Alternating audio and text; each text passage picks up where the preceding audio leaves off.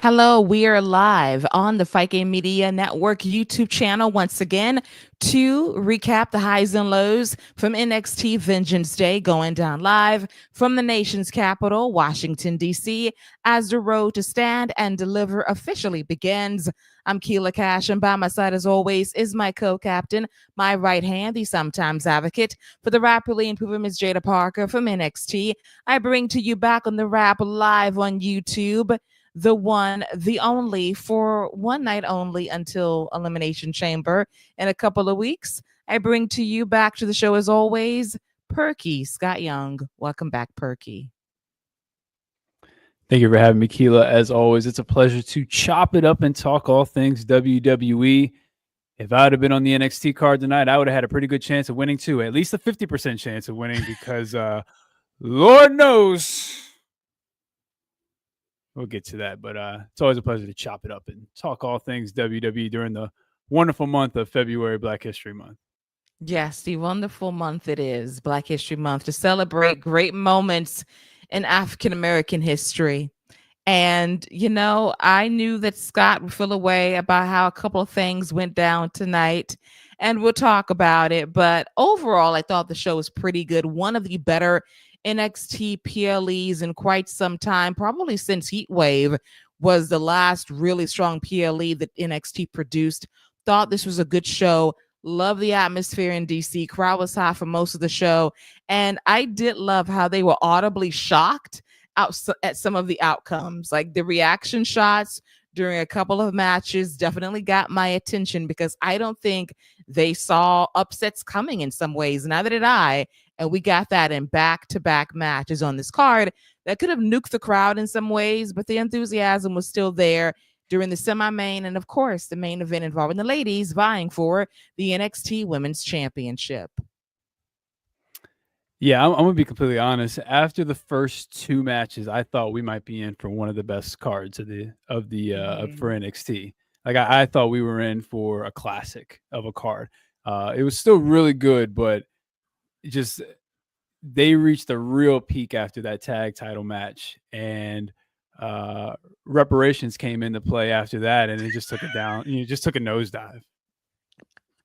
It did. I felt the exact same way. I thought the first two matches set the tone for the evening. I felt as if we were in the running towards having one of the best NXT PLEs ever because the standard was so high off top. And then the next two matches happened and they weren't bad matches. Don't get me wrong. They were very good matches, but the outcome was a choice. It was a choice. Definite choices there. And you know, it left the crowd in some way surprised. We heard an audible shock, as we'll get to later on in the show, where they could not believe what they saw. And I love that. It was a shock that, oh, okay, we doing this today. And then the other match was like, really? We did that today? So we'll get into the various reactions in just a bit.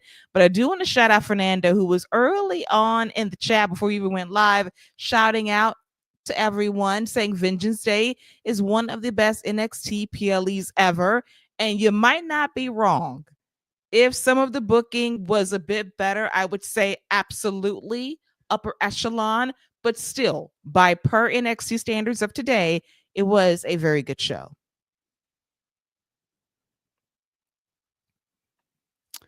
Real good show. Wrong month to do it in, but real good show. It's not wrong month to do it in. All right, well, let's get to the good stuff. I mean, it was a choice, you know. And one match I was visibly torn because I understand the plight both ways. And then y'all, we'll get to that. We'll get to it. But let's get to some good stuff, shall we? Let's talk about the NXT Women's North American Championship match involving the champion Fallon Henley from Fatal Influence versus Stephanie Vaquer. And I thought this match was really good. You know, Fallon Henley, to me, is highly underrated in the ring, that she doesn't really get the props she deserves. She's been in NXT for a long time. We're talking about NXT 2.0 days, finding herself as a character and ultimately as a wrestler. And she's done that over the last couple of years. I do prefer her as a babyface, not gonna lie, but her and Stephanie had really good chemistry throughout this match. We had JC Jane causing trouble as well as Jasmine Nix because that's what they do at ringside. But they did not really play a role in the finish as Stephanie really took care of business at ringside. And she got the dub, hit that spiral tap on Fallon Henley to get the W to become the new NXT Women's North American Champion. Excellent opener. And the fans love Stephanie. Something about her just stands out in the best possible way. It's her uniqueness, how she carries herself as a star. And I did love the little touch of the horns when they, before even her music hit, like to really illustrate this is who she is. And the fans pop for that in a big way. So her approach to how she handles business and the presentation of everything has been really good. And to me, she's been a standout in NXT so far. And Fallon Henley, she's going to be all right. I do think that she'll be better off as a face, but in this moment, she definitely did a good job handing things over to Stephanie as the new champion. For me, this was probably Fallon's. This might have been the best match I've seen her in NXT, and I do agree with you. I think she's been one of the more underappreciated and undervalued people on the roster, and that's probably why she got this long run, why she got this faction that she's the lead of. You know, coming back, it's essentially the same faction that Mandy Rose had. It's Toxic Attraction. Now it's Fatal Influence. JC Jane is in the same spot she was. And now they got, the Phantom of the Opera on the other side. So it's a great combination. And Fallon Henley brings the coyote to it all, coyote ugly to it all. So it all works. It's all a great mix of everything. And Stephanie is a star. This may be a hot take, but for all my money, she's been the most impressive out of all the crop of people that have come lately from NXT. Evans, Giulia, Ethan Page, everybody that's come, she has been the most impressive and has stood out the most, and I think has caught the eye and just the attention of the NXT audience the most. I agree. I think that she stands out in such an amazing way. She's charismatic. She's amazingly talented, and the fans love her. And I do agree that she has been a standout amongst some pretty big names that have made a splash in NXT over the last year or so. But I think that she stands out the most, and the fans really connect with her. And she's such a unique talent.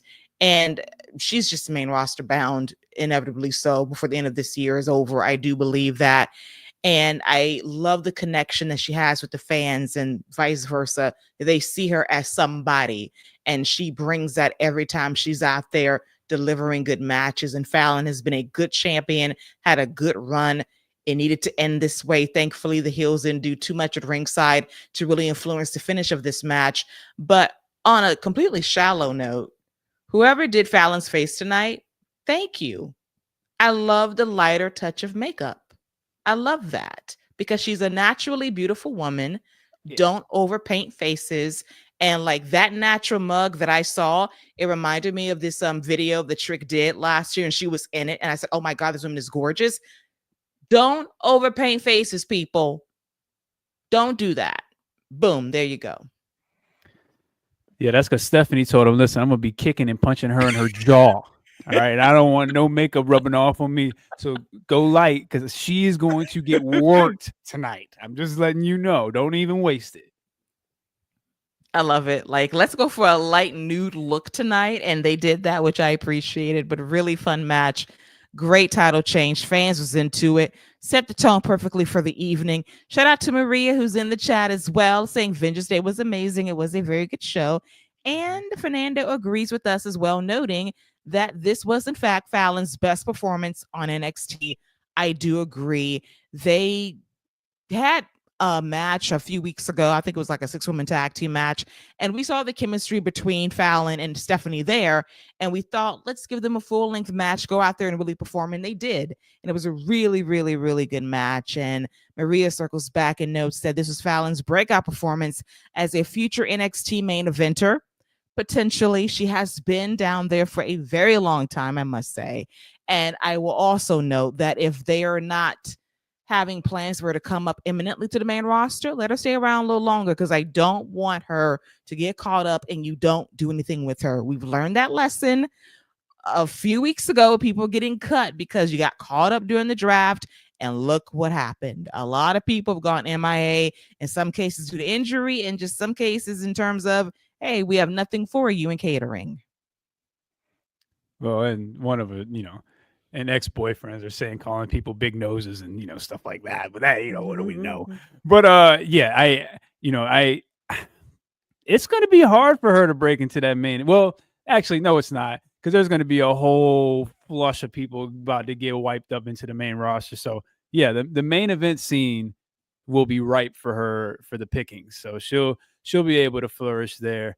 And I'm gonna give this. I might be gassed up a little bit off of it. Maybe hyping a little too much. I'm gonna go 4.25 corkscrew moonsaults. You know what? I'm going to go 4 spiral taps for the victory as well. Very good match. Tone setter for the evening. Both ladies delivered. And here's to Fallon Henley dumping Fatal Influence as soon as possible. It's coming. We've been seeing the side eyes lately. Oh, it's happening. Have you not seen the side eyes? She's getting dropped. Well, JC probably super kick her out the group, most likely. Yeah. Listen, this is JC's thing. This is what she does. This is all right. This is all just a rehash, and then Gigi's gonna come in.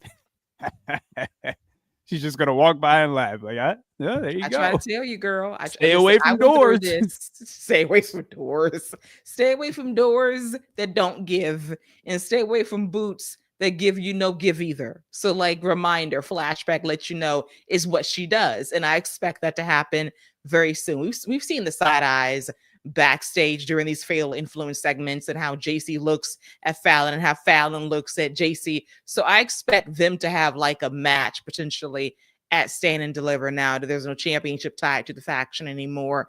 And Phantom of the Jasmine Nix will be caught in the middle of it all. That's actually that should be the name of her finisher. Phantom of the Jasmine Nix. That works really well. Like, she should absolutely adopt that. Listen, and then if she does run me my money, real trademark it, pay me because I give Scott the check, and then we combine the two things. So let's do it. Let's go there. Yeah, I think that's a great name for a finisher. Yeah, thank you. I appreciate that. And Fernando also agrees that JC will totally turn on Fallon. It's what she does. Keep the tradition alive. Yes. Now, let's talk about my personal favorite match of the evening. Even though I love the opener, let's talk about the best tag team that deserved. Yeah, I couldn't wait to talk about this today. Listen, I read the poll results. I read what happened. It was a close vote. I demand a recount. Fraxiom, how many did they win by? How many did the Young Bucks win by? It was so close. It really was. It was super close. It was like 3,000 votes. Both of them got over 3,000 votes. But I think it came down to maybe 100 or something. I think so. That's how close it was. A narrow victory for the Young Bucks. But I demand a recount. Yeah, that's I just think for me what stands out is maybe their peak never reached the peak of some of the Young Bucks matches, but for the people they were working with and the variety of wrestlers, the experience of the wrestlers, and to be able to get these great matches out of literally every team that they wrestled, regardless of experience, size, skill.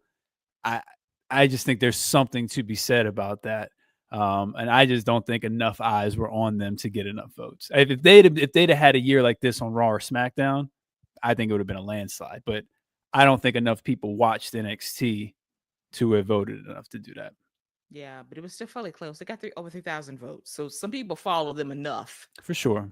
Yeah, but just squeeze out a couple more 100 votes for them. It would have made a difference. But either way, to me in my heart, they are the tag team of the year. And they proved it again by having an amazing match versus Josh Briggs and Yoshiki Inamura for the NXT Tag Team Championships. My God, this match was great. Y'all been hiding Inamura for a minute, y'all. He's been from Noah for a minute. We hardly see him on TV. And when y'all unleash this man, now we see what y'all been talking about. Keep him, push Briggs. This was incredible, by the way. Like, he was just killing it, being a bruiser out there, booting and clothesline, hitting people left and right, choke slams and the power bombs. He was killing it. But Fraxiom, they're just the best at milking drama and telling a story and getting the absolute most out of their opponents. And we saw that last night. The fans loved them. They loved this match. They loved the action. Of course, it didn't foresee a title switch, but it just made you think. Every time it's ever so close, every time there's a bit of miscommunication between Nathan and Axiom, that you think something is going to happen and then it doesn't. But overall, what a match.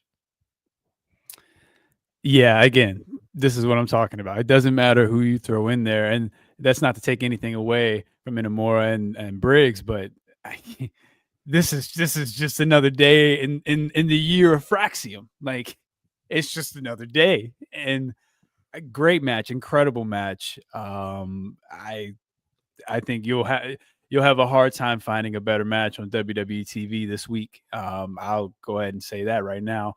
And I thought there is what you said about them, the drama and all that.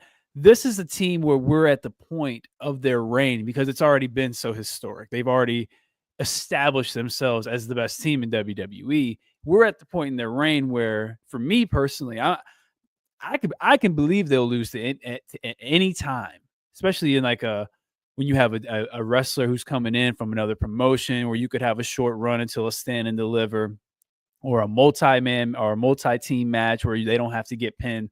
So they are putting them in matches, for me, where it's very believable that they can take a loss. Like, they lost to Chase U, and we definitely did not expect them to lose to Chase U, and they ended up winning it a couple weeks later back. So they've made them, vulnerable enough, like you talked about with the drama and stuff, and them taking that loss to Chase U that nobody saw coming.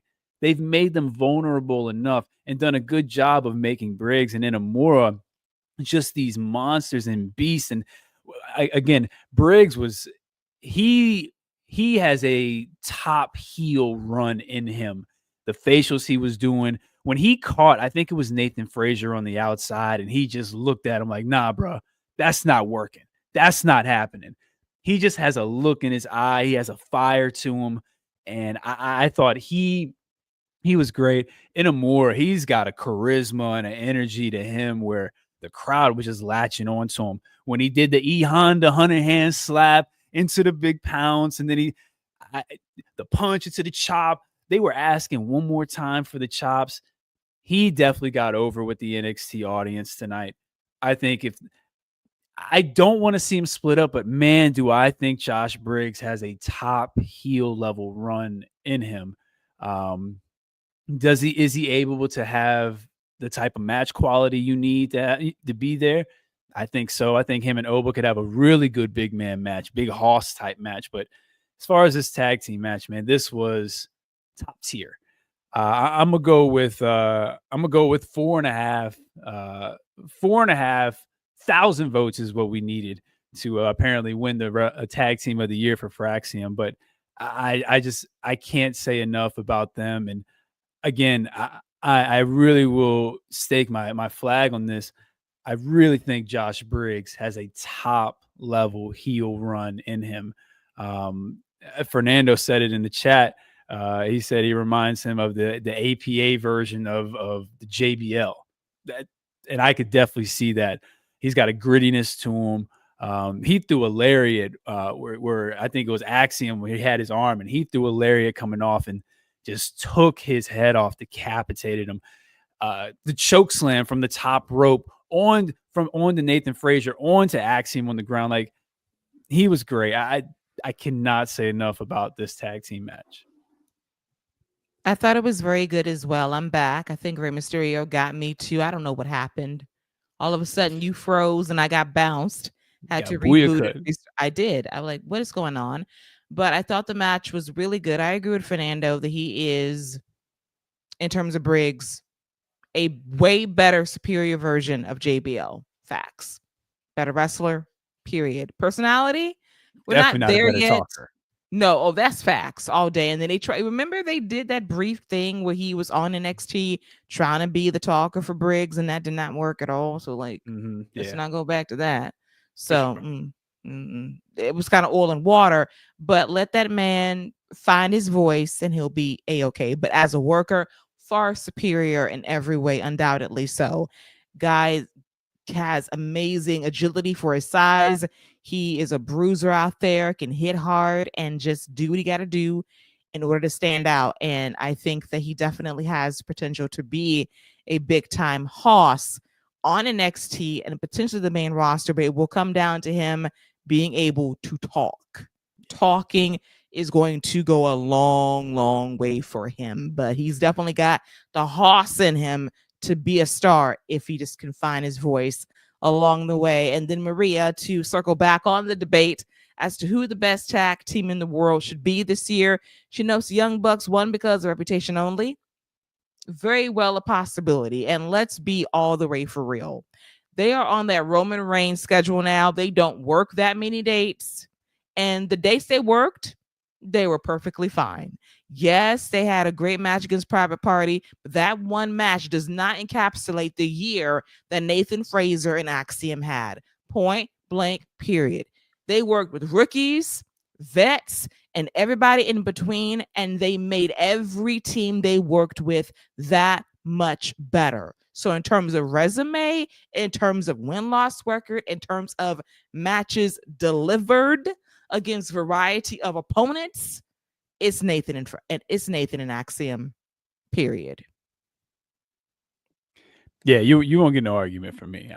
I'm you were early on the bandwagon for them for this. You've been beating this drum for a while. I'm late to the party. I jumped on, but you've been beating this drum for a while, so you won't get no argument out of me. As you should. I'm glad that you saw the light. Took you a while to get there. Even using Fraxiom was not your thing at first, but now even that has won you over. Look at what has happened. I love that for you.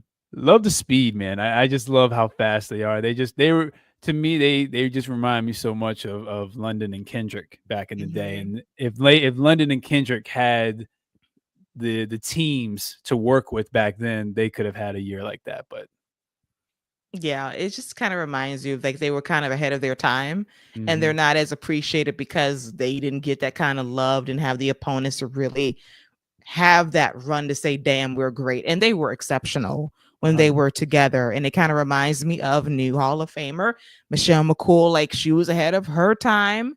Like, she was getting 5-minute specials. We saw that because we was reviewing matches from 10, 15 years ago. So the struggle is real, y'all. Like, when y'all kind of piss on the Divas division of the past, they worked with what they had to do, and it wasn't easy. It was very difficult. And London and Kendrick went through the same thing. They was going through a period of hardly being seen on SmackDown because SmackDown was on my network TV. But let's get to it. Let's just UPN, baby. UPN, baby. UPN, CW, my network TV. All circles back. The outskirts. I'm just saying. It was some dark times, y'all. Dark times. Hard times. But we made it through. Just got to remember the era you was in and what you had to work with, which wasn't much, but you had to make do what you had. So just remind us of it was a struggle out here, but they worked very, very hard. And I appreciate them as a tag team. Love them both. But now let's get to the stretch of the show when it took a turn. It was flying high. 2 great matches kick off the show. You're feeling as if this could be one of the greatest PLEs NXT's ever produced. And then we get to All Ego Ethan Page versus Javon Evans. And the match itself was very good. What I love about Javon was that he was on site. We're not going to be doing any lockups. I'm coming for your jaw like you came for mine. He was aggressive off the jump. He whooped ass accordingly. He was too aggressive because Ethan got right back on top of things. Went after his left ankle, slowed down the pace, tried to slow down the speed and his agility, which worked to a point. But Javon, on one good leg, was fighting back, putting on a show, flying everywhere, hitting cutters, going for the near falls and whatnot. And then when he tries to go for his finisher on the outside, it works to a point. But then when he goes off the ropes, All Ego knocks him out, knocks out the mouthpiece, hits his finisher, and yes, he pinned Javon Evans. And I thought to myself, well, this show is called NXT Vengeance Day. And on the 15th day of February in the year 2025, Javon Evans did not get his reparations or his vengeance. It's I'm really torn on this because I thought the match was really good, really well laid out. I thought the finish was really well done. Even the replay and the slow-mo of him just catching him right in the jaw and him spitting it out. I thought everything about this was really, really good. But you can't have a Vengeance Day pay-per-view. This man come back from a wired shut jaw on the 15th day of February, as you said, the day after Valentine's Day. Stuff is 70% off at Target. Go get your chocolate. Okay? Obviously, except in NXT, because that's where you're not getting no chocolate. Oh my God. But I'm just it's crazy. How do you do that? Even a DQ finish. What? Again, I'm torn because the match was really, really good. And I thought the story they told was really, really good. And I think you laid it out perfectly. Evans being incredibly aggressive. Then he went over aggressive. That's when Ethan would catch him. And just Ethan just being a little bit smarter and knowing that all he needs to do is catch him one time. And that's what he did. So, like I said earlier, any other month, this might be 3 3/4. Might be 3 3/4. But I'm gonna go with golly. I'm gonna go with 3.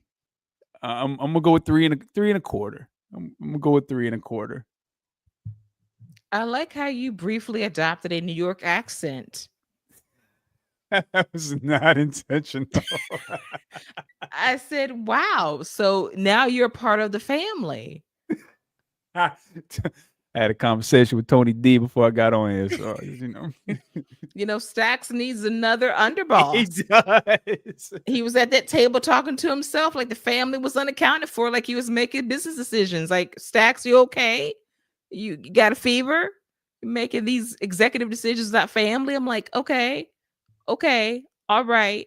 And then Fernando, we got to talk because we're going to talk. In just a moment, we're going to talk about what you said. So first of all, if Vince cared about tag team wrestling, London and Kendrick would have been pushed to be huge stars. Facts. You're not wrong there. Mm-hmm. And the second comment, we got to talk about this one, Fernando. You said Ethan Page is going to be one of the best heel world champions in the future. I'm talking Triple H Reign of Terror good. My type Fernando. My type of reign. No. You and Scott. See, Scott grew up during that era, that Reign of Terror. No, I came right after, so I didn't see it. My first match of Triple H is him losing to Shelton Benjamin. So I was Okay. like, you know what I'm saying? I don't see it. I don't have a problem. But no, you were still in the midst of it though. Sure, It wasn't for over sure, yet. You for was sure. in that transitional period when he 100%. lost to Goldberg for that month or two and then got the championship back, and then he was still running shit. So he was going through that terror, that era of it, in the midst of it that started in 2002. So Fernando, that was not a good era for me. I was traumatized as a teenager. I love Triple H, but that when Batista did what he needed to do for all of us, bless him. That was not a good reign of terror. I love Ethan Page. I think he's overhated as a performer. I do believe that. The allegations, he's not a good worker. I don't know where that came from. He's a very good wrestler. You know, he might not be your cup of tea, but he's a very good wrestler, a very good heel who gets good heel heat. He understands the assignment at all times, goes out there, puts on a really good performance. And Javon Evans has got next, obviously, but he needed the win a bit more. And on Vengeance Day, on the 15th day of February, as Scott said, chocolate is off by 70%. They're discounting because you got to switch over from Valentine's Day to Easter. So you got to switch chocolate for chocolate. And now this guy has got nothing to show for it. He got a broke jaw. He lost. And now we don't know where he's going to go from here. Now, I presume they're going to run it back. I presume possibly maybe for Roadblock for NXT and MSG. They got, you in the guard. Oh, actually, that makes sense. Okay, yeah. MSG, he's definitely adjacent. He's adjacent definitely at the theater. Adjacent. At Oh, the garden. right. Adjacent. He did. You're right. You're right. I forgot to do that in there. You're right. Adjacent. The garden adjacent. Let's be very clear, because Vic Joseph tried it. Like, no, do not show the garden. No, baby. It's adjacent. Adjacent. Garden adjacent. It ain't the garden all the way. Like you're like 3 steps from going into the actual arena. They in the secret garden. They didn't go to Madison Square Garden. They in the secret garden. Yeah. Like you're around the garden, but you're not in it yet. But yeah, so adjacent to the garden, that's where they're going to have their second match, I do believe. But I'm just saying, like, let's not, don't put that label. That is not at the garden. That is adjacent to the garden. But Fernando gives it a solid 5. Big rating. I will give it a solid 3.5. I'll go that far and say it was a very good match. For sure. Yeah. All right. So as we move on to our next match, the most egregious match of the night in terms of the outcome. Now, this is where I'm torn at because I understand. Listen, Scott. Listen. No, I'm not. Allow me to set the table, okay? Right. I'm sorry. Can I set the table? Absolutely. Now, I'm not talking about what happened at the finish. I'm talking about the premise of why we're here. Yeah. Okay. First of all, it's Black History Month. It is our month to celebrate our people. Great moments in our history. Okay. And then I think about Eddie Thorpe. And I think about all of the things his people has also endured. So I know and understand the plight and the struggle. And so for Walker HBK to book 2 brothers in this situation, this was a match filled with double reparations. And I didn't know how to feel about that. And so when you put double reparations in a match with a strap in it, and we got whipping going both ways, this was diabolical. This was wild. This was egregious. I enjoyed the match. Don't get me wrong. I thought this was one of Trick's better matches. But the outcome of the match, it shocked me and it shocked DC, because when Eddie Thorpe got 1, 2, 3, you could hear the audible gasp from the crowd who could not believe what they saw. They did not foresee this upset victory. They were shook it. They could not believe it, and neither can I. But before we get to that, Scott, I cannot believe we forgot to mention what happened after the tag team match. I can. I can. But no, you're right. Because you're right. Because we got to find where Lennox's glasses are. Man lost his glasses. That's why he's so upset. Yeah. So what you want to do? You want to talk about what happened after the tag match with him looking for his glasses, or you want to talk about my man getting whipped 3 to 5 times? Let's get to Deion Lennox and his glasses that are now missing. Okay. He's no longer Clark Kent. He's now the Incredible Hulk, apparently, and he has friends. And all I thought to myself is, oh my God, they're redoing Retribution. Why in 2025? And then I thought to myself, well, why? I this it was fine. It was I didn't mind it. I thought the one guy, well, I don't even know how to distinguish them at this point. They all look fine. I just Lennox throws me off because we know who you are, dude. We we know who you are, dude. You don't need to wear your mask. Put your glasses back on, bro.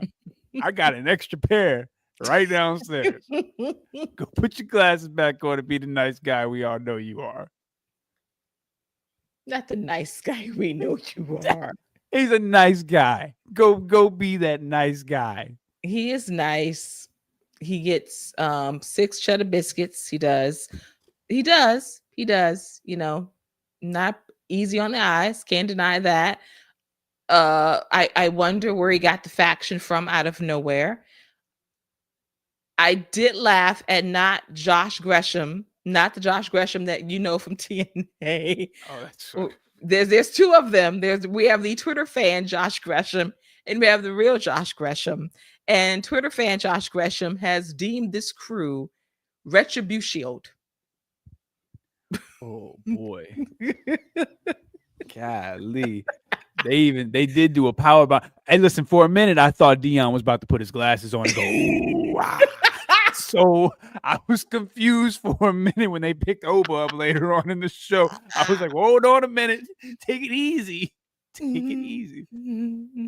Oh no. They probably gonna be led by Ricky Starks or something. They better be led by somebody with some statue. Shit. I'm telling you, they're looking for Dion's glasses, man. Somebody took that. Ashante took that man's glasses, and now they looking for him. So what you're saying is the glasses is that man's kryptonite. You see how he acts when he got his glasses on. He ain't pulled none of this stuff. He ain't even know none of them people when he had his glasses on. He ain't even know none of them people. I'm just laughing at the people that we don't even know. Like, who like the crowd chanted, who are you? Like, they don't know. Like, you can't debut a faction and we don't know nobody in it. Come on now. You can. You just, it's got to be good.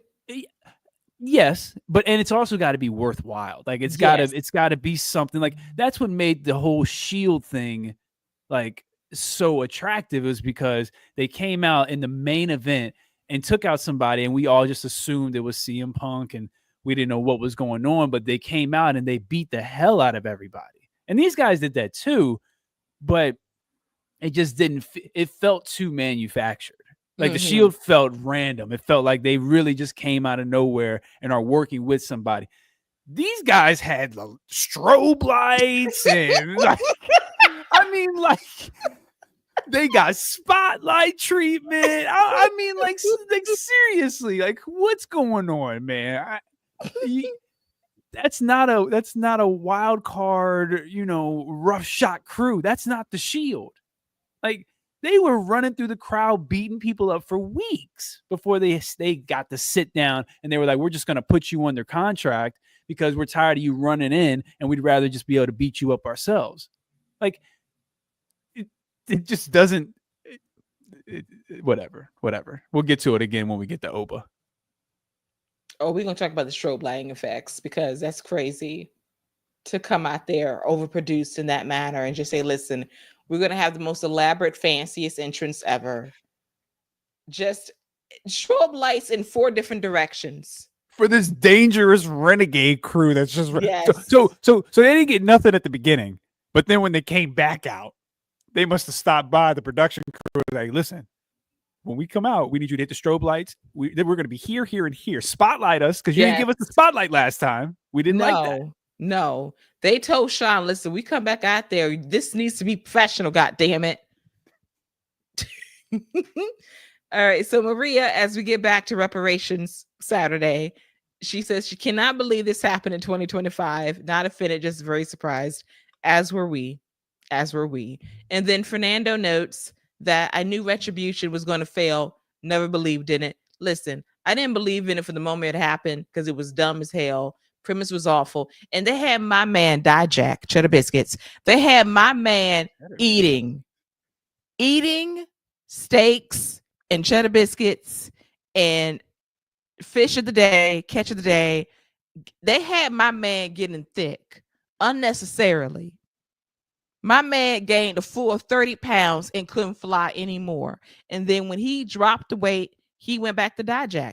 They almost ruined my man's career. He's in MLW right now, thriving, but they tried it. They almost effed up my guy. They really did. Had that man gain 30 pounds and he couldn't do shit with it. It's a cheddar biscuit. Yeah, I'm with you, Lady B. Cheddar, like, what? We just handing them out? Oh, we got extras. We made a batch of extras. Dijak? Yes. Out of here. Yes. Listen, I love him. And it had my man out here thickums for no reason. Come on now. Come on. T-bar. You out here feeding T-bar biscuits. No, not T-bar. Dijak. Actually, Dijakovic, I was feeding cheddar biscuits to. What was Mia Yim's name? What was her name? Oh my God, what was it? Oblivion? Absolution? What was her name? What was her Impact? name? What was Impact? What was her Chang-Lang? Like, what was her name? I almost had it. Oh my God. It started with an S. Was it Soul Snatcher? What was it? No, it was shoot, what was her name? It was something stupid. She acted exactly the same. She's still throwing up her gang signs and stuff. Like, girl, if you don't take that mask off, we know who you are, your hood self. What was her name? And then Mercedes Martinez just says, get me out of here. Like, she just said, we ain't gonna do is this. Hey, Tony, I listened. I don't care where you put me. I don't care what you do with me. I don't want to be here with that. Nasa. But yeah, I'm gonna remember if I have to cheat and Google it what Mia Kim's name was. We're gonna get back to that in just a moment. But let's talk about Reparations Saturday and what happened. Scott, your thoughts on Trick getting the upset loss in this match? Don't piss me off. Listen. This was the match was fine. It felt like it was just picking up. I'm gonna be honest. I wasn't even watching when I heard the 3 hit. Like, I had turned away and was like, playing with my son, and I heard 1, 2, 3, and I said, "Wait a minute, wait a minute, what just happened?" I don't know. You just had the biggest name. It's obviously not the same, but this felt like the NXT equivalent of The Undertaker losing to Brock Lesnar. Like, that's what the gasp felt like when the crowd heard him beat him. And that's even what kind of old boy looked like too when he realized he won the match. So I think I think it was a terrible decision. Like, what do you do? Trick didn't need to lose this match, especially like if he was going to lose this match, why not do the corners?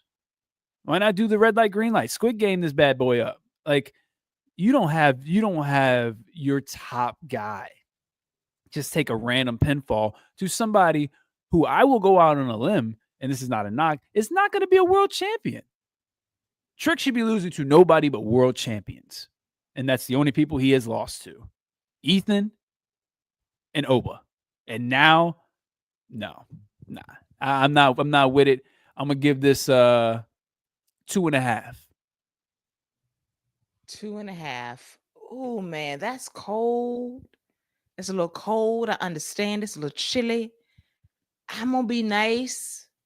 because the quality of the match was good until whatever that was at the end. I'm gonna go 3 stars because the match was good. It was one of Trick's better matches. Thought he was locked in. He does have good chemistry with Eddy Thorpe. And listen, I'm not a fan of the finish. Don't get me wrong, but if you're trying to push Eddy, hey, have at it. I support it. If you want to push him, because he's doing better now than he was as a fake ass bootleg DJ 6 months ago.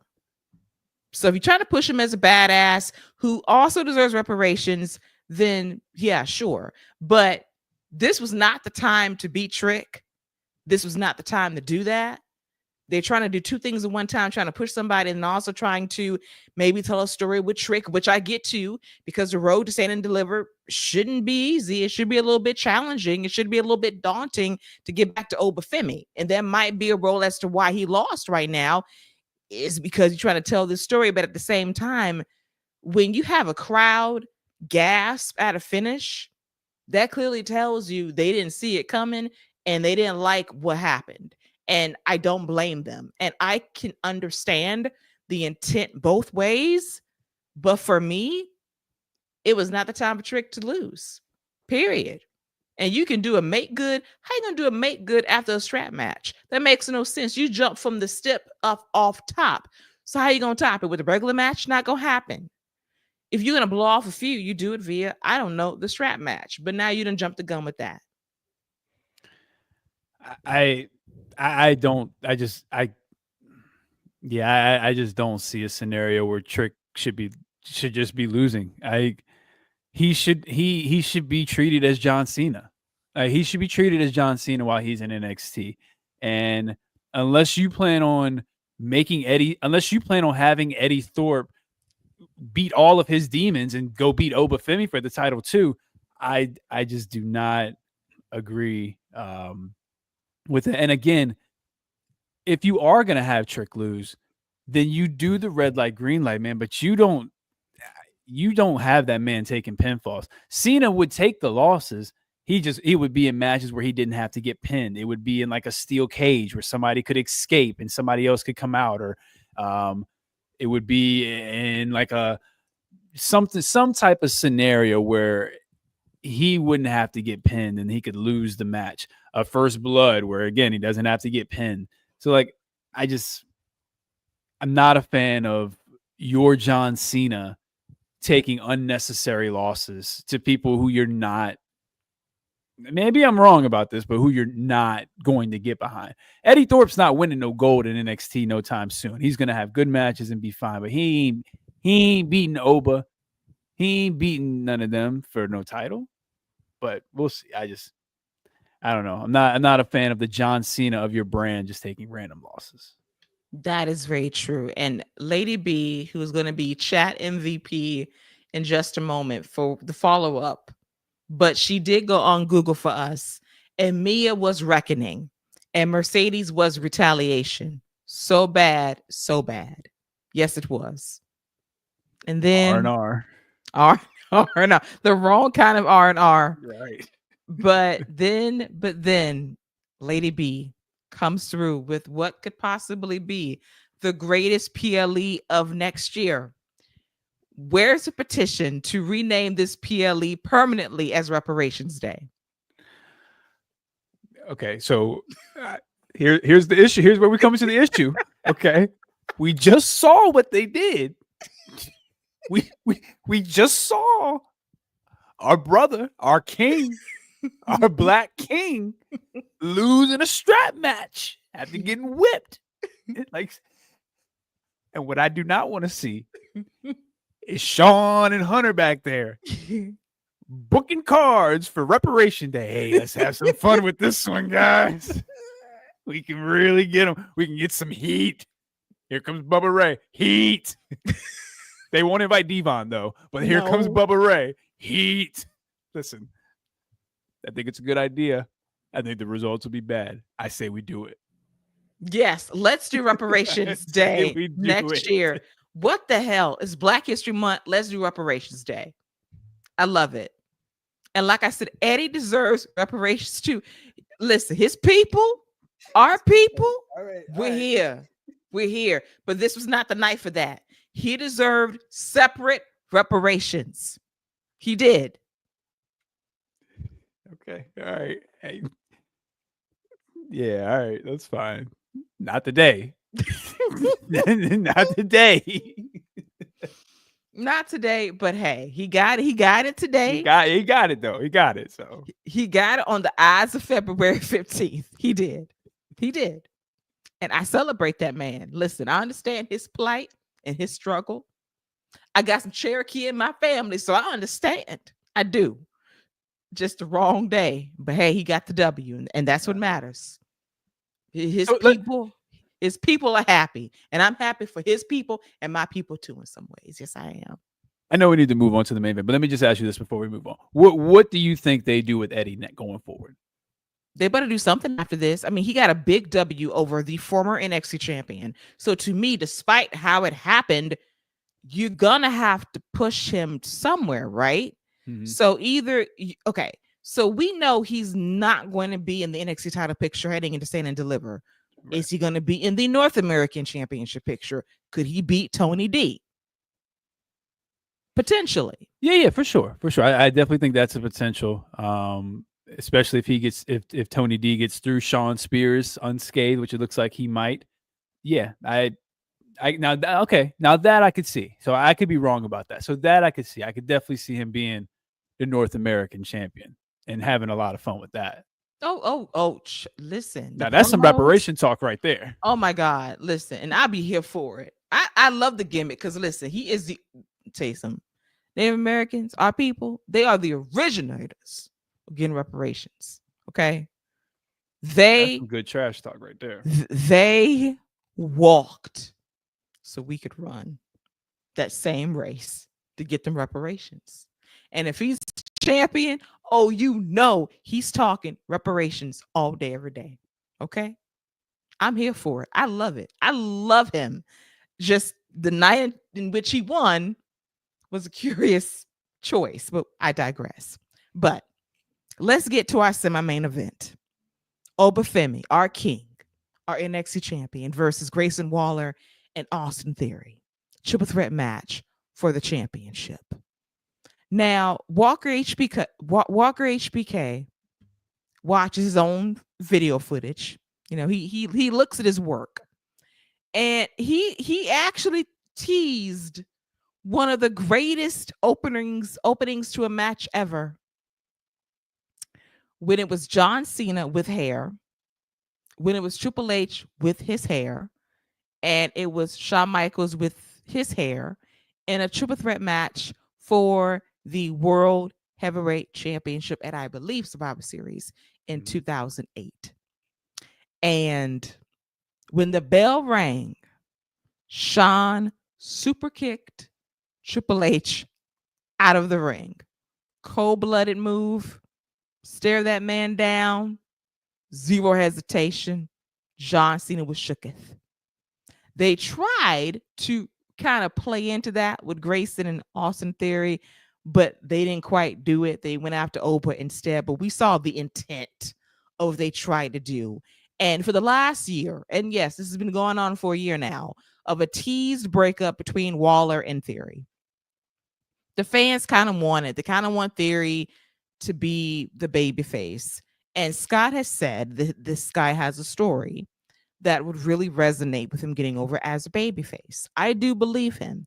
I also believe that if they give him the opportunity to do that, he will get over. But they've been teasing this for a full year. It needs to come to pass. We're ready for it. Let's go. This match was surprisingly not bad at all. Femi's a beast. He goes out there, puts on a show every time he's out there. He thrives in these matches. Grayson Waller, I will say, is underrated because he does step up in these matches when need be to really be the guy to take the bumps, to take the bruises, to take the hits, and he does so in this match. And when Austin Theory was so close to winning this championship bout, Grayson Waller pulls the referee out of the ring. We get the stare down, and hopefully sometime before the year 2030, Grayson Waller and Austin Theory will break up. But thankfully, Femi hits his spine buster, hits a slam on Waller to retain the NXT championship. Yeah, that's a good notice there of the triple threats, and that Survivor Series as well was they were DX. I think they were tag champions. And then on the other side, it was Undertaker in a triple threat versus I believe it was Jericho and Big Show. So it's a very good callback. Sean likes to do that a lot with the matches that he books down there, a lot of callbacks and whatnot. And I renamed Obafemi before the match started as Our Last Hope, because he was the last hope. And I'm gonna be 100% real with you. The way the night was going, I was like, yeah, Austin Theory about to win this title. Austin Theory about to become the new NXT champ. Oba's losing. Hey, black kings are getting swept tonight. I felt it. But no, the match was really good. I think Austin Theory, again, we forget how young he is. So now he's already experienced pretty much everything that you can go through. Main events, being in there with who's who in the ring, winning big matches, not being received well, getting eviscerated on the mic. Like, these are growing pains, and he's still there. He's still able to come back. He still was a winner at WrestleMania this year. Like, he's still doing his thing. He's still progressing. And honestly, if I'm Grayson Waller and Austin Theory, and we do have this breakup match, I'm asking if we can just stay down in NXT, because there's a good chance that you can get on that stand and deliver card, and that crowd will be behind both of you. They're gonna hate Grayson Waller, and they're gonna be fully behind Austin Theory as the babyface, finally turning on that guy.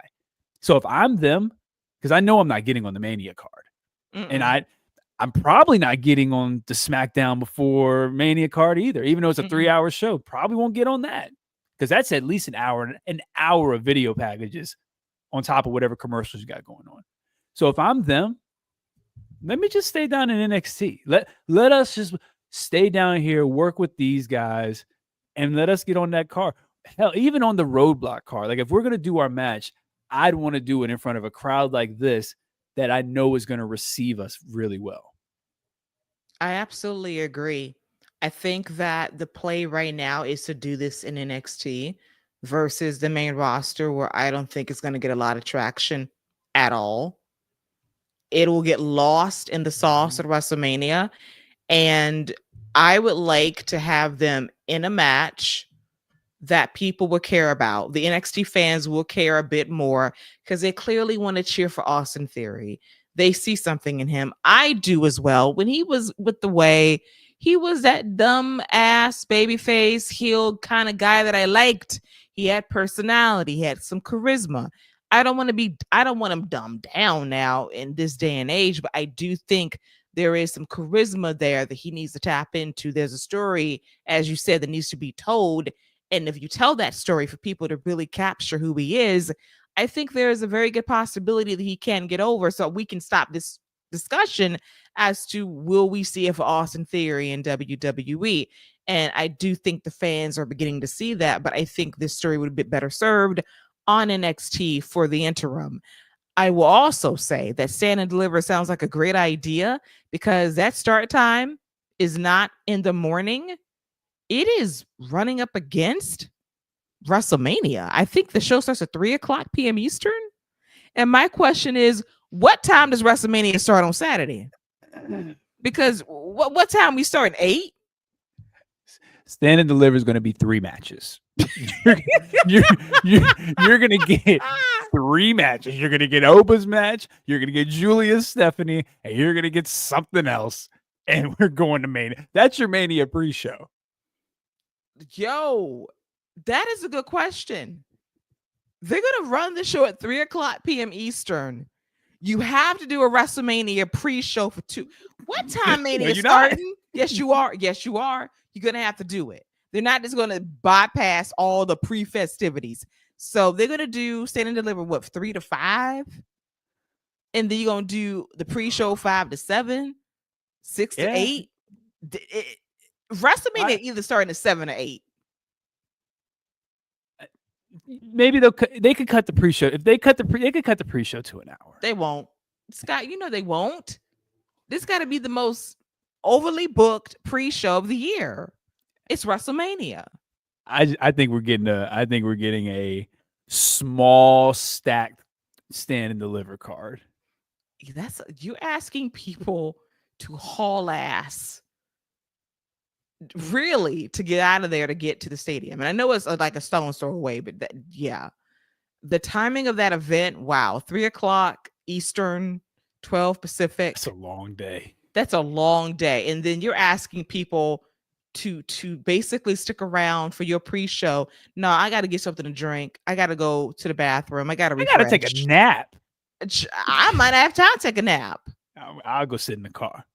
At least when it was running in the morning, I could get that break in. I could take a nap. Right. I can, I can get my juices back up. I'm good. But now it's like, I have no time.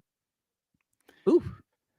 Yeah, they got it. They got it all. They say you gonna be watching WWE from 2:00. All you reviewers and stuff from 2:00 until 12:00. 12:30, accounting the press conference. Yeah. So listen, this you're gonna get you'll get all your hours in. That's crazy. That's a long day. That's a long day, man. That is a crazy long day. God help us. Pray. I need everything that day. And it's like Easter Sunday weekend, I believe, too. My God. Okay. We're going to be all right. We're going to be all right. We're going to survive. And Maria reminds me of that terribly booked Money in the Bank run really hurt Austin Theory. It did. When that man decided to cash in on the United States Championship, it just invalidated what the point of the briefcase was. That we just go for any old belt and not the main championship. And then he lost that too. Just awful. I did like the aggression he showed after he lost, but I won't forget it anytime soon. And then Fernando notes that Mania pre-show is Super Bowl level. That's right. That's why, Scott, it will not be an hour. That's fine. If the Mania pre-show is 2 hours, and that means Stand and Deliver is going to be 2 matches, 1 hour. you gonna get Fraxiom on the pre-show because they're gonna get one match on the pre-show. No, man. You gonna get Eddie Thorpe getting his reparational moment of winning the North American Championship as your opening match. Pause. Did you make up a word? I did. A reparational moment. But listen, nobody would have caught it. Everybody would have just rolled, and they might have started. If I hear somebody say reparational, I know they listen to the show. Absolutely. If Eddie Thorpe says reparational, I know he listened to the show. Because only he would get it from us. And I said, Eddie, run me our money.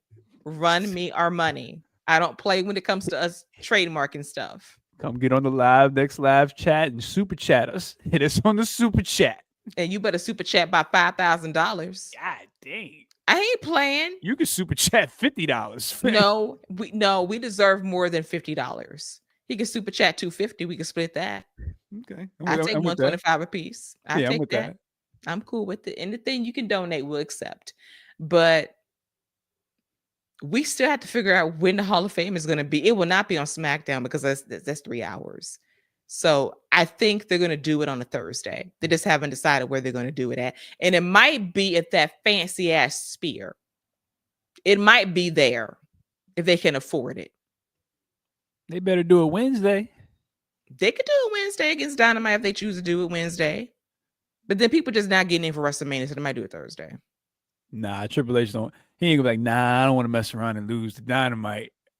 Exactly. I can't lose to Dynamite. Especially when it's on Peacock. So no, they'll do it Thursday. Right.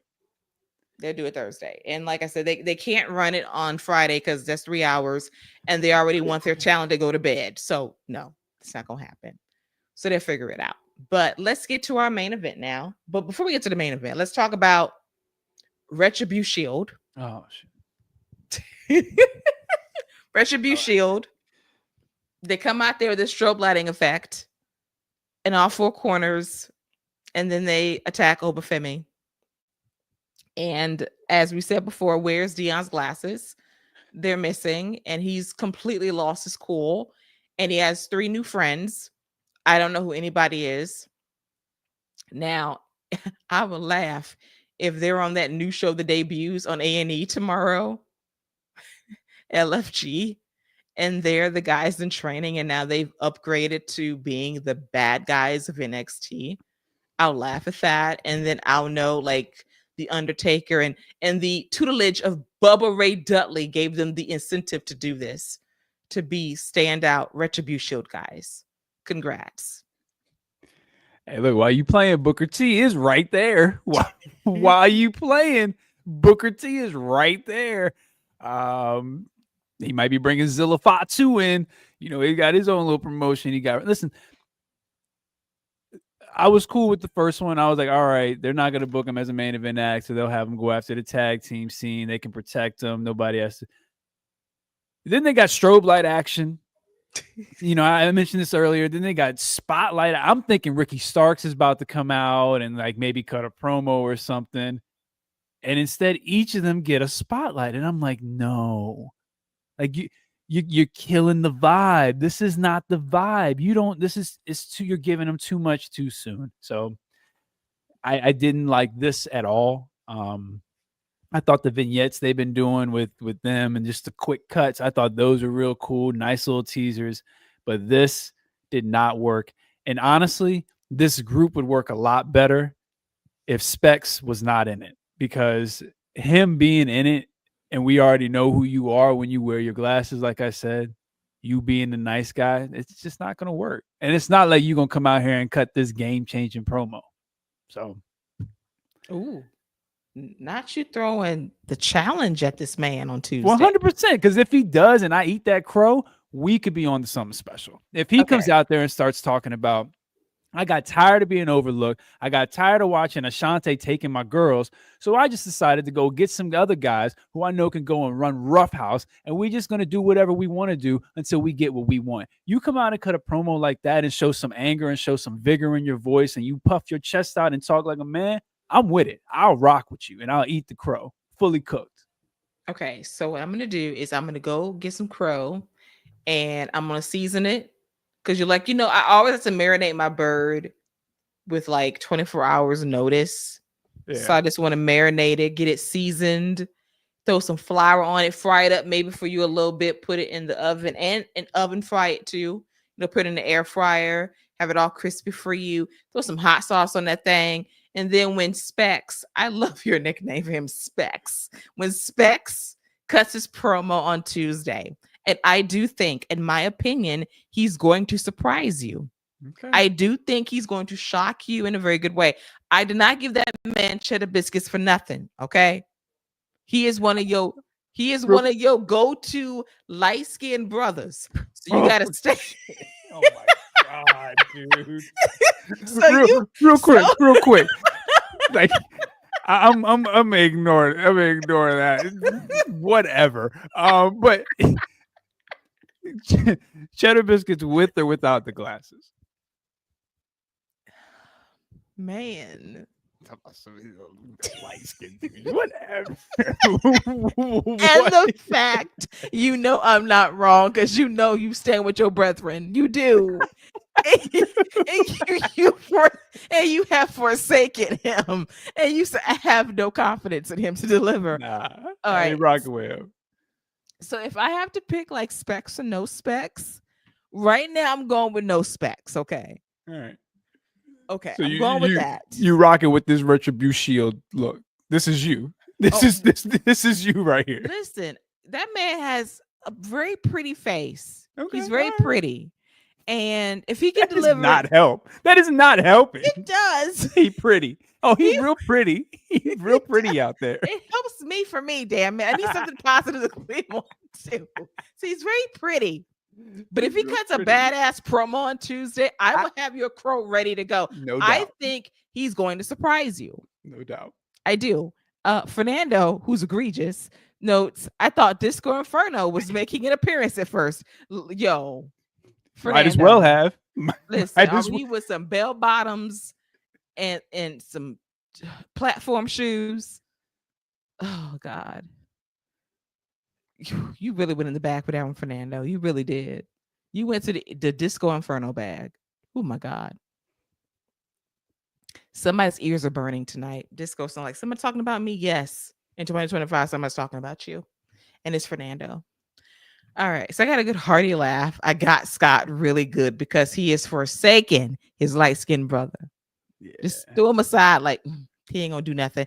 Watch him on Tuesday. If we come back here on Wednesday morning and Dion delivers the promo of his life, Scott is gonna eat crow. And I have it ready for him, marinated with hot sauce, with just a touch of like dressing. He gonna eat it. Yeah, I will. I will gladly eat. I will gladly take a bite out of it. I'll chew on it, let it sit for a minute. But yeah, we'll see what happens. I still have hope for the group because there was one guy in particular who was out there and he was rocking and bobbing and I was vibing with him. Mm-hmm. He had a real dangerous vibe to him, but everybody else, I was just like, it's fine. Yeah, I was like, child, I was unimpressed by the others. But the guy had swag. He was giving a little bit Jacob Fatu, a little dangerous. Mm-hmm. You know, if he can talk, oh, okay. I'm here for it. I'm here for it. But to be seen regarding Retribution with this debut that has the power to control the lighting. Walker HBK, what you doing? You just letting anybody just run your truck. Just letting nobody in your production truck. Hey, we need lights on side 1, 2, 3, and 4. Shine them bright. Ridiculous. All right. Now it is time for our main event, which was for the NXT Women's Championship. It was Bayley, fresh off the Celebrity All-Star game. Go ahead, Bayley. Looking amazing as always. Versus Roxanne Perez versus Cora, Jade versus Giulia in a fatal four-way match. This match didn't really get to cooking until the last 5 minutes, I must say. And I have to call out Cora Jade. Those punches. Girl. Ma'am. Somewhere Shane McMahon says, damn. Mm-hmm. Mm-mm. I already told you about. I said something about this weeks ago. I already told you she pissed me off weeks ago. So like, I was pissed off. I'm pissed off. She beat Pam. Okay, like this whole thing is just like she's been surpassed. Like it is what it is. She can be solid in kind of that upper mid card and be kind of who the baby faces need to be to get there, but she's been lapped, man. Like, I don't need to see her and Roxanne at any point in time and don't want to. She has been lapped, which is unfortunate, and it speaks to the talent level that is so high in that division that you can't afford to be behind now. Even the upstarts who are just starting out have surpassed her. Oh, yeah. Oh, So yeah. Ruka has surpassed her. Jada Parker has surpassed her. Tatum Paxley has surpassed her. Tatum Paxley has surpassed her easily. And Tatum Paxley is someone who knew squat about professional wrestling 3 years ago. She is from scratch. She is a PC product who has become a very good wrestler. Gimmick aside, Yeah, she is a very good wrestler. Gigi, I tell you this, Gigi, upon her return, has gotten better. And she's coming off an ACL injury too. Okay, yeah, 100%. 100%. Yes. So life and talent is starting to pass Cora by, and she has to figure it out because, girl, you're going to get left behind. Hate to say it, but it's true. Because so many people have come up, and there's people in the pipeline ready to get called up to television. They're just better, and you have to figure out what can you do to stand out. And right now is not very much. You have your moments here and there, but your punches, your forearms, the basics, the fundamentals that should make you a good wrestler or solid at best isn't there. Your bestie is so better than what you have offered, which is unfortunate. And I do like Cora, don't get me wrong, but girl, you got to step up. You're getting lapped here, unfortunately. Yeah, to be fair, Roxanne is her nickname is legit true. Like she's a true prodigy. Like she's so that's but nothing you said is wrong. But to Cora Jade's defense, as long as Nikita's there, she's fine. Listen, but even Scott, she had a really good match on Tuesday. Yes, she did. So Lord, let me tell you something. You're right. You're right. We scraping at the bottom. I don't know who else we can find on the list. Child, I don't know. Her and Zarya actually had a really nice hoss battle. I enjoyed it a lot. I'm not gonna lie. I was like, okay, Nikita, you trying to cut the allegations out. So she is. Yeah, you're right. You're 100% right about that. So she needs to be careful, but she does. Like, why add her to the match and she's not the one taking the loss? Like, there's just so many things I'm not understanding about this whole thing, but it is what it is. Like you said, not a lot going on in the match until the end. The end was great, though. Like, the last 5 was really, really well done. I actually did think Cora might get it for a second, so they did a really good job with the suspense there. But it is what it is. It is what it is. The match was fine. I wanted more of Bayley just shining. She was just kind of there in the match. She had her moments. Should have been more dominant. Absolutely. Could have been way more dominant than she was. Booking a choice. But we did get a tease of what will be a great match between her and Roxanne on the main roster. Whenever that time comes, they're going to kill it. I wanted more of her and Giulia as well. But then Roxanne eats the pin. Like, that's it. And I think that is her swan song. But hey, guess what? On Monday Night Raw, she's most likely going to be in the Elimination Chamber by getting rid of Raquel Rodriguez. Yeah, and Raquel, man. Listen, me and you know what's so sad, Scott, is that me and Raquel used to be here. We used to be connected. I used to like that girl, but I know she's been through some stuff. Don't get me wrong, but I'll tell you this. I'll have some crow beside you. If Roxanne Perez can pull out 3 stars against Raquel, if she could pull it off, if she could pull out 3 stars, I'll eat some crow with you on Wednesday morning. I sure will. I don't think they're going to get enough time to cook for 3 stars, but I do think they'll have a nice... Actually, no, I don't. No, I don't. I genuinely don't think they're going to have a great match. I think it's going to be like Raquel dominating, and then Pam's going to come out and accidentally cost her the match, and that's how Roxanne's going to end up getting in the chamber. Yeah, chamber match going to go crazy though.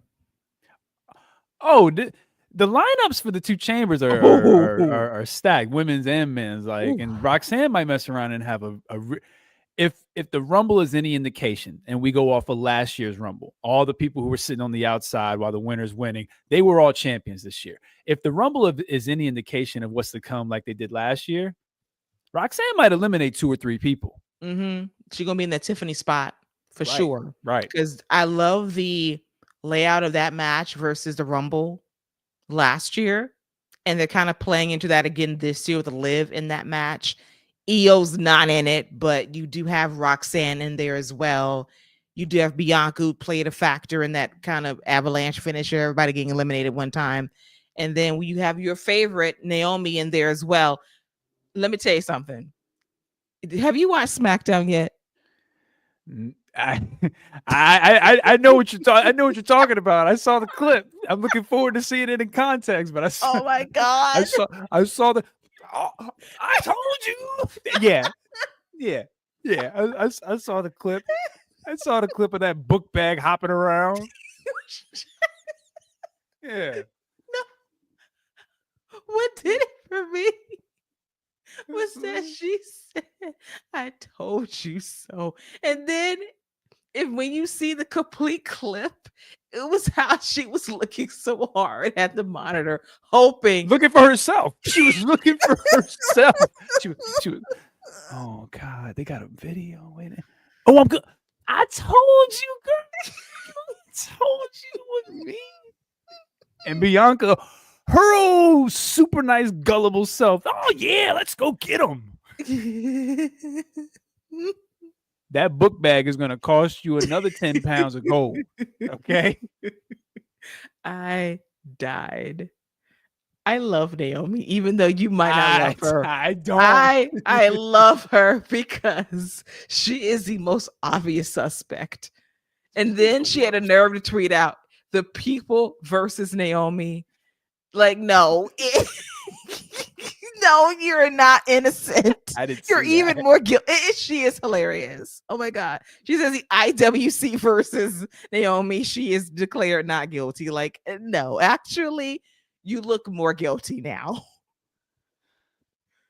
Her tweet game has been amazing. Like between that and the wedges she gave Chelsea last night with the Heat Seeker, I'm dying. So that's how you know she's a heel. Only the great, only people who are about to turn heels turn up on the Twitter game. That's how you know she's about to turn heel. Yes, yes, yes. Oh my god. So when you see that in full context, you're gonna like have a good laugh. I was in tears because, like, girl, no, that did not deem you innocent. That actually made you more guilty. Calm yourself down. All right. So Fernando, oh Lord, we get in the Janetti allegations. So he says That's Cora fair. Jade. In that case, you know, Actually, as much as I dislike Marty Jannetty, don't disrespect Marty Jannetty like that, former Intercontinental Champion. yeah, Because Cora don't deserve that type of love. Cora is Vladimir Kozlov, Roxanne Santino. Oh my god. Oh my god. Don't do her like that. No. Here we go. Cora Jade is Heidenreich to Roxanne. Oh my god. to Roxanne's who was it? Was it Animal? Was it Animal or was it Hawk? Yeah, it was Animal, I think. Animal. To Roxanne's Animal. Oh my god. One of the greatest tag teams of all time in Heidenreich.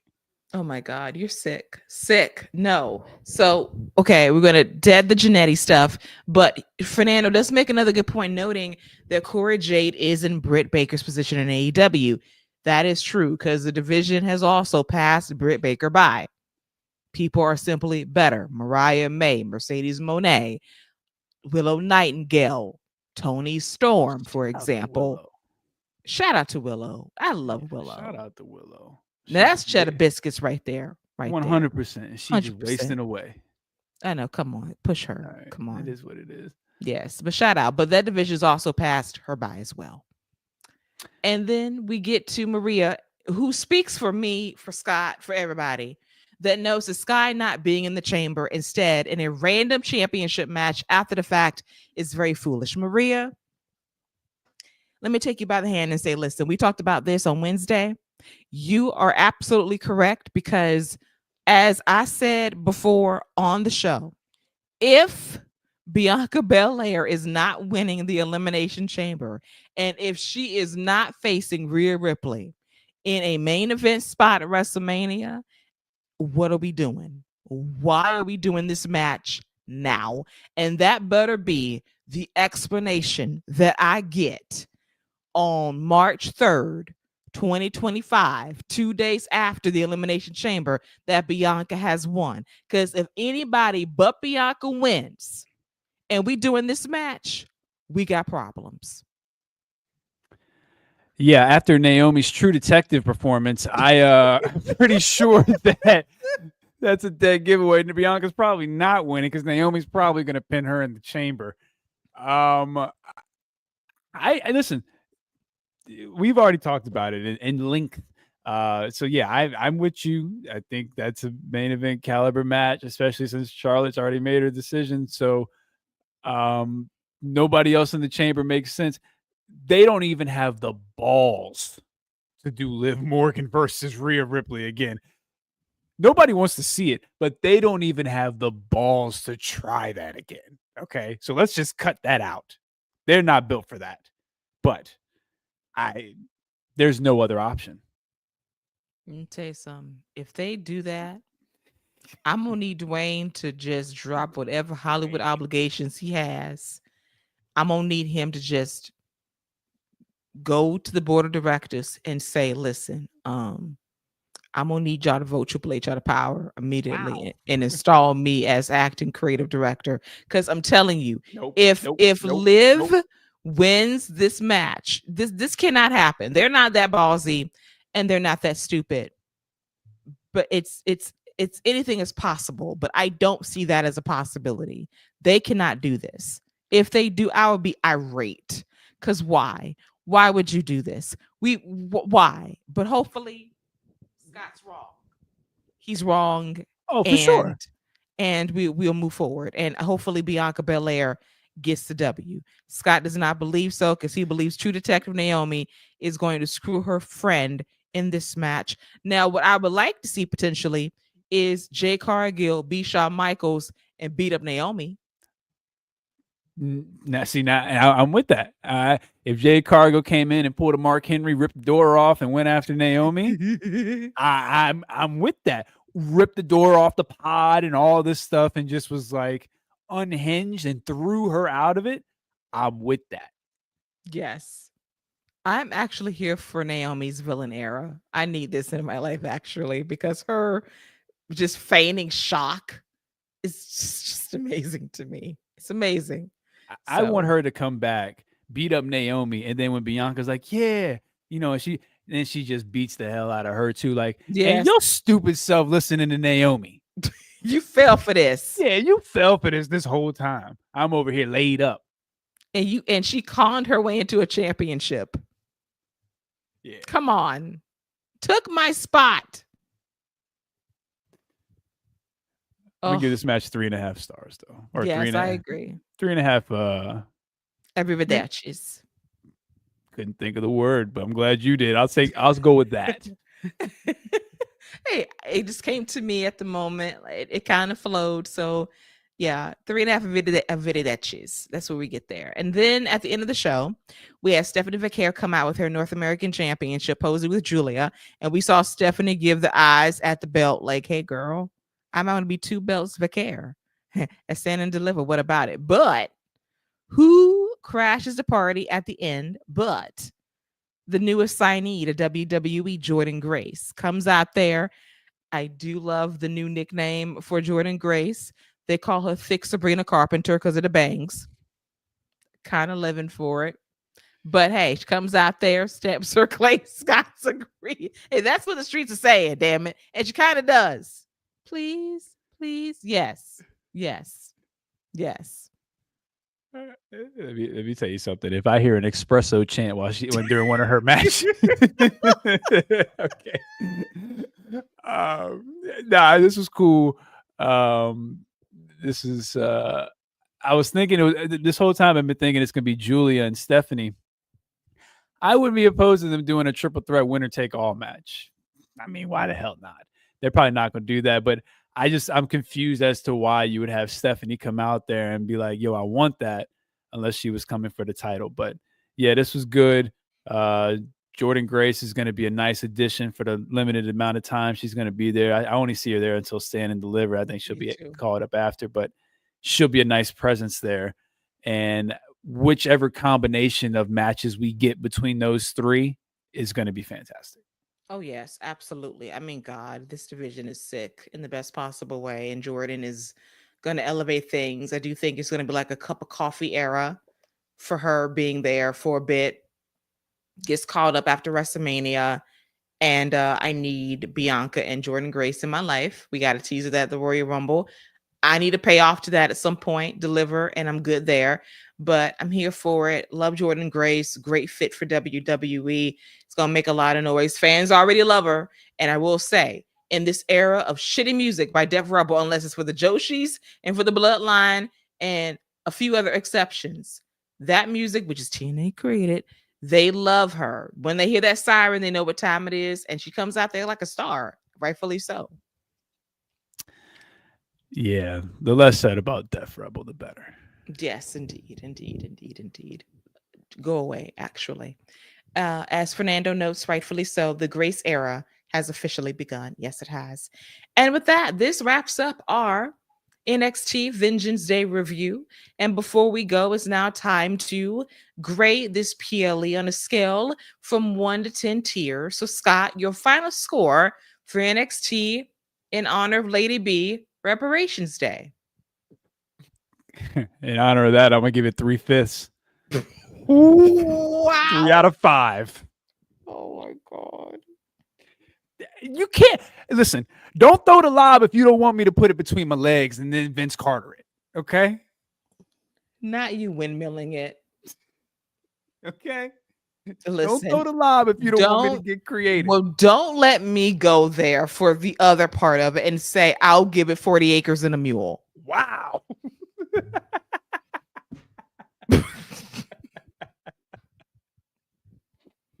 Listen, man.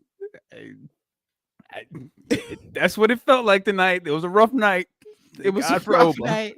It was Oba, bless him, blessings, and blessings to. We saw Kalani. At least we got to see a black woman too, so that was yes, cool. Kalani and Scott's light skinned brother in Christ, Dion Specs Lennox. No. He in that Naomi bag. I'm not claiming him. he in that whole little group right there. They can form a faction. The Unlikables. Oh, not the Unlikables. Stop it. That's gonna be the name of my new faction for the people I don't rock with. The Unlikables. First 2 members, Naomi and Specs. Specs. From a man that wears specs. The audacity of you. 100%. The irony of it. A man who wears specs calling another man specs. And he probably don't even need them. I need them. He probably don't even need them. No, that man is wearing that because he think he Clark Kent. Bullshit. Right. It's bullshit. It is. Right. But Fernando, he gives this show 10 out of 10 tacos. Now I'm hungry. Yeah, I was about to say I wouldn't mind a taco right now. I know. Right? It was a really good show, though. It was a really good show. All jokes aside, it was a really good show. I do question the finishes and all legitimacy. Like, I do question it, but it was a good show. I agree. I had a good time watching it. One of the better NXT PLEs in a minute. I enjoyed myself. I wasn't bored. I stayed awake the entire time. I didn't take a cat nap once, and the crowd was hot, and that's impressive because normally with SmackDown especially, I take a nap during the show. That's how long it is, and I wake up and I miss absolutely nothing. So for me to be that attentive for NXT, that's growth for me, I must say. But all in all, fun show. Enjoyed the conversation as always. Want to thank everybody in the chat for vibing with us tonight. A lot of fun as always. And Scott, that's a wrap for our review of NXT Vengeance Day. And we will be back in 2 weeks live back on YouTube to recap the final PLE before WrestleMania, which isn't exactly true because there's going to be like another PLE before WrestleMania. We just stand and deliver. But the final main roster PLE before WrestleMania, which is Elimination Chamber going down in Toronto, Ontario, Canada. Looking forward to that. But we'll be back on Wednesday morning recapping the week so far in WWE, including a recap of Friday Night SmackDown on USA. And of course, Monday Night Raw on Netflix and the fallout from Vengeance Day via NXT this Tuesday with the contract signing for, don't call him Ricky Starks, Osiris Griffin on the way. As always, Keila, it's a pleasure to chop it up and talk all things WWE. And I'm gonna tell you something. If this man signed a contract and decided to come back as Osiris Griffin or whatever one of those names were on that list, he might mess around and get put in the Unlikables bucket too. Oh, poor Ricky. If he is Osiris, Ricky. Oh my God. Ricky. Like, listen, he better keep his name. I know that much. Don't play with me. Don't rebrand that man. Oh, Lord, let's pray. But in any event, we'll be back to talk about it on Wednesday morning, and we'll talk about it, have a good time as we get ready for our next live stream, which I'm looking forward to. So until then, for myself and for Perky Scott Young, that is a wrap for all things NXT Vengeance Day. Until Wednesday, take care and bye-bye. Protect your specs. Wow.